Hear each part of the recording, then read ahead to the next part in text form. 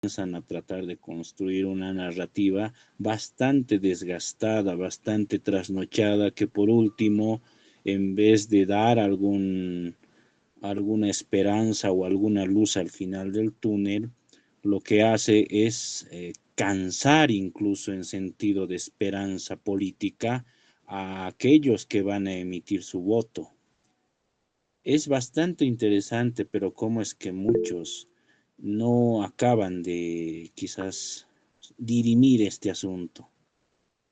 En palabras de Jalife Rame, por ejemplo, uno de los analistas geopolitólogos, estas categorías de izquierda y derecha pues, están bastante desfasadas. Podríamos hablar de esto hasta quizás la caída del muro de Berlín y el derrumbe de la Unión Soviética, pero más adelante y a continuar con la misma retórica, es que acá no hay ese es un signo que quizás habría que trabajar acá en los conversatorios, no hay un signo de identidad propia política. No hay eso que en otros lugares del mundo hoy en día están trabajando o ya lo han ido trabajando justo desde la caída de la Unión Soviética. Adelante, José. Buenas noches, James. Buenas noches, compañeros. Creo que tengo un punto, algo similar con Juan Manuel, al indicar que en este momento de nuestra historia, hablar de estas dos ideologías, ya sea ser de izquierda o ser de derecha, en Bolivia en realidad ha pasado más desapercibido de lo que creemos. No olvidemos que el 2005, en la elección de Evo Morales, cuando se hablaba del movimiento al socialismo, mucha gente eh, hablaba de que sea Evo Morales el presidente porque es nuevo, no es como los viejos políticos del pasado, por más que tengan similitudes en ciertos aspectos que hablaban del tema del socialismo en ese momento. Similar al MIR, por ejemplo, que hablaba de un Estado más grande, ¿no? Y la gente solamente pensó de que, no, le toca gobernar a este señor porque es cara nueva. Y me decía, hay que dejar a los blanquitos, a los bonitos que ya nos han gobernado. Me hizo recuerdo esos comentarios que hacían ese año en esa primera elección que ganó el MAS, a Fahrenheit 451, cuando en las noticias les encajaban a un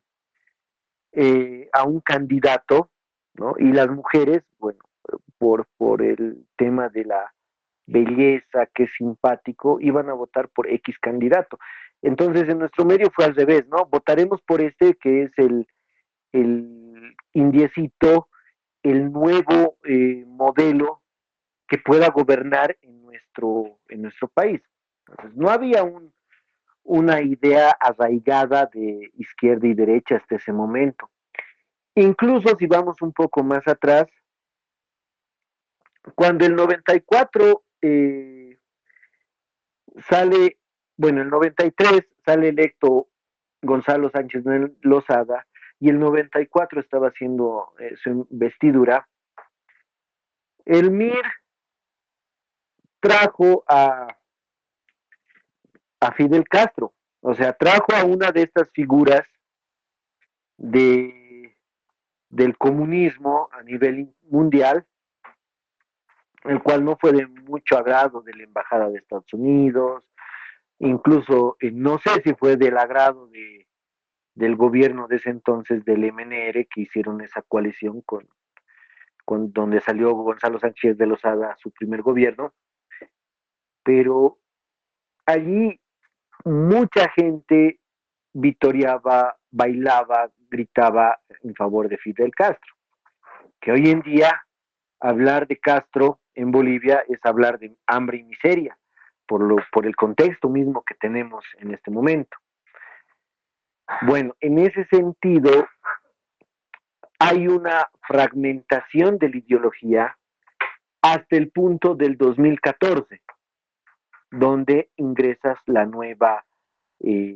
elección de Evo Morales, donde allí se empieza a tener los matices o la gente empieza a identificar qué es socialismo, qué es comunismo y empieza a, por así decirlo, a pensar, porque del 2005 hasta el 2014, casi 10 años, Bolivia no entendía de estas cosas.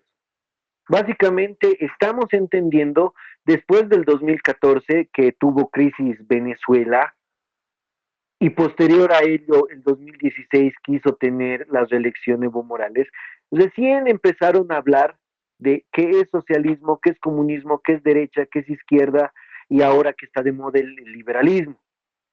Entonces, no es que en nuestro país haya habido una franja intelectual que pueda hablar de este tipo de ideologías. Lamentablemente somos borregos. Básicamente aquí es voto carretilla, no es voto pensante. Y el sector, no importa qué sector sea, votan por consigna y votan por pegas. No hay aquí una ideología que podamos analizar como país, pero sí como intelectuales, a lo que queremos nosotros llegar. Entonces yo pregunto a todos si en algún momento, antes del ingreso del MAS, cuando se escaparon los masistas el 2019, alguien realmente sabía que era izquierda y que era derecha. No hablo de nosotros, sino hablo de el vulgo, digámoslo así, como se mencionaba. Hablamos del popular. ¿Sabía que es izquierda o sabía que es derecha? Gracias, estimados. A ti, José. Sí, es evidente que acá en Bolivia no se ha identificado una tradición de estas dos ideologías en sentido genuino, por lo que también habría que agregar a estas preguntas si de verdad no será también parte de todo el oleaje de colonialidad que se nos ha impuesto y que aquí tanto, vamos a llamarlo, progresistas como conservadores, simplemente han venido, lo han adoptado y tratan de ponerlo en marcha a la fuerza en una realidad ajena a ese tipo de tradiciones desde donde han surgido, ¿no? Que es desde la parte moderna europea, occidental. Hablamos de estas categorías de izquierda y derecha. Adelante, Anatoly.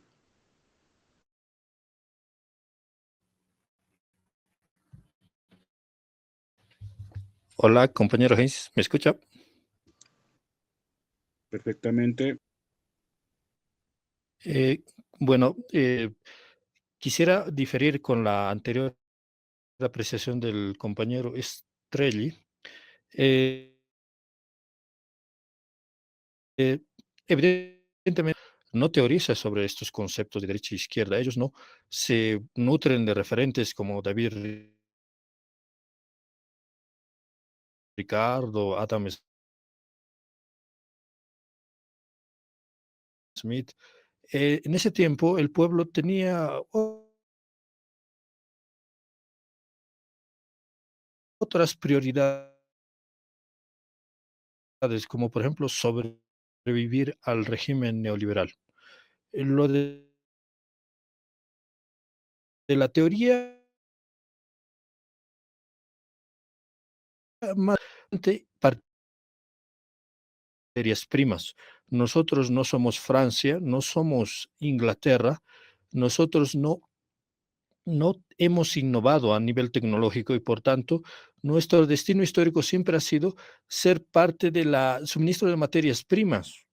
No es de extrañar que los anglosajones en general, los estadounidenses en particular, nos vean como simples recursos naturales a aprovechar en el futuro.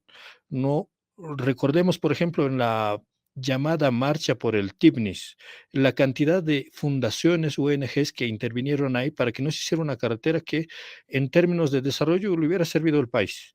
En términos ecológicos no hubiera sido tan bueno, pero el interés que hay en que ciertos segmentos del país no sean explotados por los bolivianos, debiera llamarlos la atención.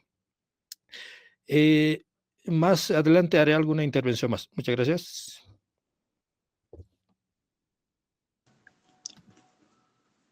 Sí, Anatoly, compartimos en parte criterios que vas vertiendo, también más allá de alguna quizás pequeña diferencia con la otra intervención de José Strelli.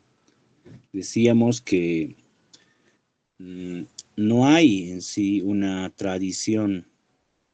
Si uno hace memoria en la historia boliviana, podemos incluso, tanto que está de moda ahora hablar del bicentenario, en estas vísperas de cumplir 200 años, ¿en qué momento habría sido el auge de una izquierda o derecha original de acá? Hasta el mismo, quizás apelativo, sería ingenuo si es que no pensáramos quizás desde una posición universalista, que sí, todo el mundo tiene que dirimirse en uno u otro lado, o esto también nos lleva a el contexto histórico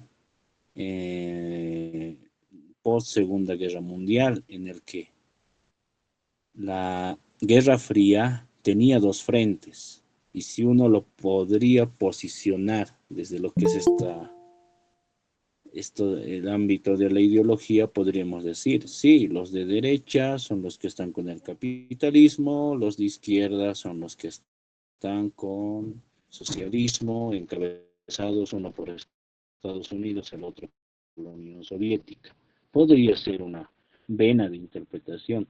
Sin embargo, para los tiempos actuales no hay esta constatación, por un lado, de que evidentemente se haya trabajado, salvo excepciones como quizás Mariátegui en Perú, Zabaleta en Bolivia u otras pequeñas islas de pensamiento que han tratado de desarrollar esto, pero incluso desde la vista de ellos, cabe preguntar si es que de verdad ellos estaban valorando o haciendo caso a una ideología izquierda global o de derecha como tal, universal, o sus proyectos eran más, entre comillas, solamente encerrados para las realidades de cada uno de sus países, y en este caso de nuestro contexto latinoamericano. Muchas veces quizás ese es el problema de nuestra realidad. Adelante, Juan Manuel. Un ejemplo interesante que se me ocurre acá es sobre la visión de izquierda y derecha. Es en el ejemplo que pusieron sobre el Tifnis. Es bastante interesante esto porque en realidad hay dos vertientes donde podemos rescatar esto. En primer lugar, si bien ha habido ONGs y mayormente todo el ecologismo, podríamos decir, de la ONU y de diversos planes mayormente que existe a nivel mundial para salvaguardar el medio ambiente han tenido una vigencia negativa en este caso, también se muestra un poco esta pequeña dicotomía, lo que yo entiendo. Porque si ponemos en primer lugar el tema del TIFNIS como una visión netamente de derecha e izquierda, yo creo que si uno apela a conceptos de izquierda, tendría que mayormente ser coherente en una idea de rechazo a cualquier construcción.